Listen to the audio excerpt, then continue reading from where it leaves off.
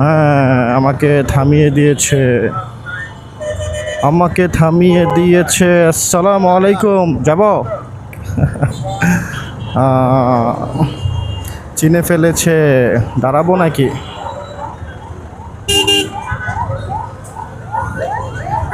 চিনে ফেললে যা হয়।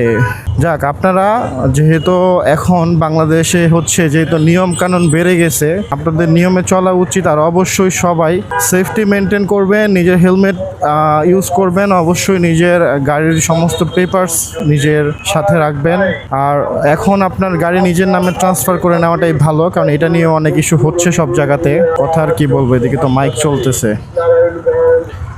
তারপর যেটা বলতেছিলাম, পেপার সব কিছু ঠিক রাখবেন, ড্রাইভিং লাইসেন্স আর ট্যাক্স টোকেন আপডেট রাখবেন, কারণ এখন অনেক কিছুই নিয়ে অনেক চেক হচ্ছে সব জায়গাতে।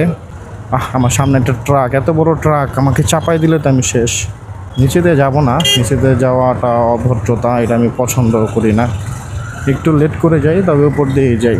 আর অবশ্যই আপনারা যদি কোনো পিলিয়ন নিয়ে থাকেন আপনার পিছনে, তাহলে অবশ্যই হচ্ছে তাকে হেলমেট পরাবেন, কারণ এটা জরুরি। আপনি নিজে সেফ থাকবেন, আরেকজনকে বিপদে রাখবেন, এটা ঠিক না।